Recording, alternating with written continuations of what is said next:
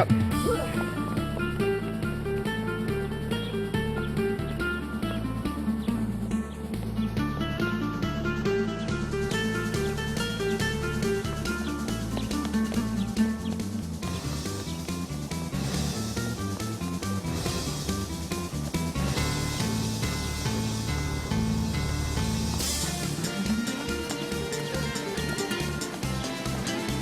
Nee. Wat was die tyd net nou? 49.6.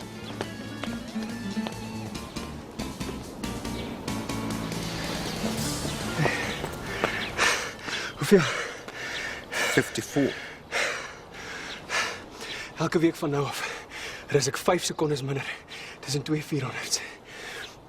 Op papier lyk dit so maklik as ek my somme doen. Maar gooi die 2 400 saam in 'n 800 meter, dan wil dit nie uitwerk nie. Wat was die grootste oomblik in jou lewe, Dewald? Verlede jaar op die Rentmeesterkampioenskappe. En voor dit? SA Universiteite Kampioenskap in 1993. Wat was die laagste punt wat jy nog ooit bereik het? Ek moes die goue medalje verlede jaar op die SA Seniors gewen het. Daai tweede plek was 'n hoogtepunt, Dewald. Dit was jou beste 800 meter tyd ooit. Ek wil weet wat jou laagste punt was. Ek moes vir De Villiers gewen het, Mike.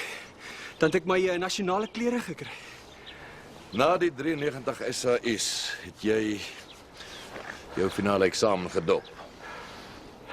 Weg is jou universiteitsloopbaan, weg is jou regsplanne, weg is alles wat almal van jou verwag het. Ek's nie 'n akademiek nie.